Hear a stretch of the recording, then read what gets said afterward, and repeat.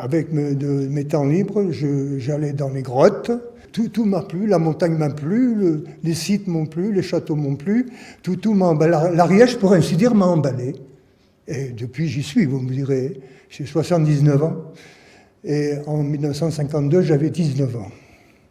Alors, je commençais à regarder dans les cavernes, quelques cavernes autour de Tarascon. Et puis, je débouchais quelques trous par là. Petit à petit, j'ai trouvé des choses. J'ai trouvé des poteries, j'ai trouvé des morceaux d'amphore, j'ai trouvé des pointes de lance, j'ai trouvé un peu de tout. Et à qui me renseigner? C'est M. Forgala-Cossat qui m'a dit « Mais je connais un ami qui habite à Ornelac qui pourrait vous renseigner. » Alors là, nous sommes toujours en 1953 où j'ai connu un homme, une sommité, une encyclopédie, pour ainsi dire. Qu'est-ce qui m'a appris? Quel bonheur d'avoir connu M. Antonin Gadal. Il avait à l'époque 76 ans. Père spirituel du catharisme, préhistorien, archéologue, historien, spéléologue. Après chaque opération, bien sûr, j'allais lui demander conseil. C'était pour moi un homme merveilleux, ouvert à toutes mes questions, sur la préhistoire, le catharisme. Alors il m'indiquait de nouvelles grottes à explorer, me datait l'âge de mes multiples découvertes. Il m'a donné de la documentation sur le druidisme, les triades, les guerres de religion, la croisade des Albigeois, les documents écrits de sa fine écriture. Monsieur Gadal, il m'a parlé aussi beaucoup de choses. Et il m'a dit que la vallée du Sat a en elle quelque chose de particulier. Il me parlait de ça. Pour lui, le Sabarthèse était le berceau de l'humanité. Il m'a indiqué 200 et quelques grottes, et 213 grottes, exactement. Vous pouvez avoir à tel endroit, il doit y avoir un boyau, et en fouillant ce boyau, en dégageant la terre du moins, pas en fouillant, en dégageant la terre, peut-être trouver par derrière quelque chose.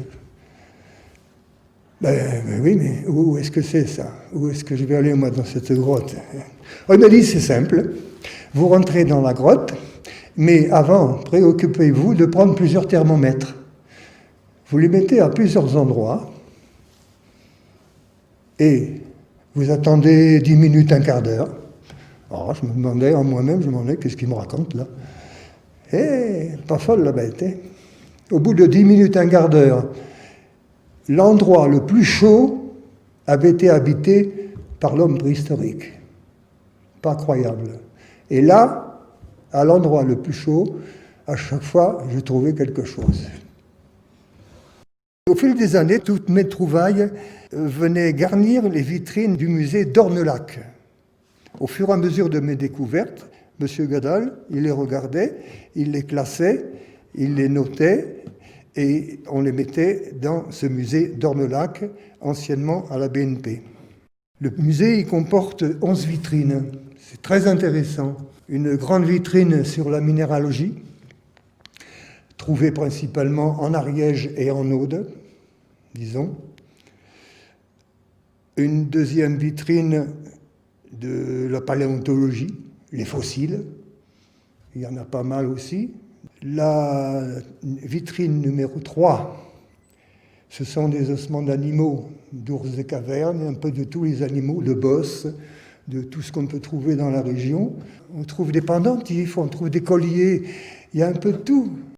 La vitrine centrale, qui est carrée au milieu du musée, se rapporte au catharisme. Et tout autour, il y a une explication sur le catharisme avec des magnifiques explications.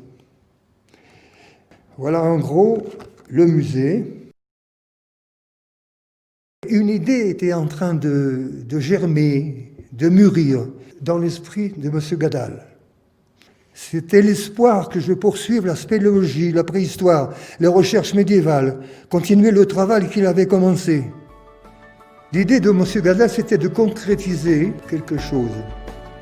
Le plus beau trésor, disons, que l'on a à découvrir, c'est de vivre en Sabarthèse et y mourir.